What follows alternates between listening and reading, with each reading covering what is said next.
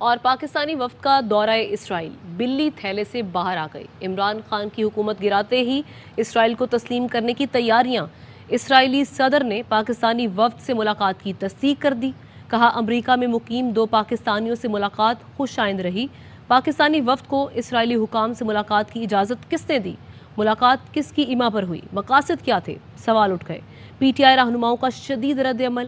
کہا سازش کے تحت پاکستان میں امپورٹڈ حکومت لانچ کی گئی ہے، اس کا مقصد بیرونی آقاؤں کی غلامی ہے۔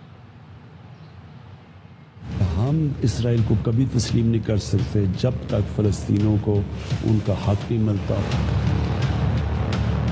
اسرائیل سے متعلق سابق وزیر اعظم عمران خان کا 2 ٹوک موقف۔ پی ٹی آئی حکومت ختم ہوتے ہی پاکستانی وفد کا دورہ اسرائیل۔ اسرائیلی صدر نے بھی ملاقات کی تصدیق کر دی۔ بولے پاکستانیوں سے ملاقات خوش آئند رہی۔ I received a delegation of Pakistani expats who live in the United States, but they are proud Pakistanis. It was an amazing experience because we haven't had a group of Pakistani leaders in Israel ever. Pakistani وفد کی اسرائیلی حکام سے ملاقات کے مقاصد کیا ہیں؟ اس خوش آئند ملاقات میں کیا باتیں ہوئیں؟ فلسطینیوں کے قاتل اور بیت المقدس کے قابض سے کس قسم کی پینگیں بڑھائی جا رہی ہیں؟ شہباز حکومت پر سوالات اٹھنے لگے، عوام میں تشویش کی لہر دوڑ گئی۔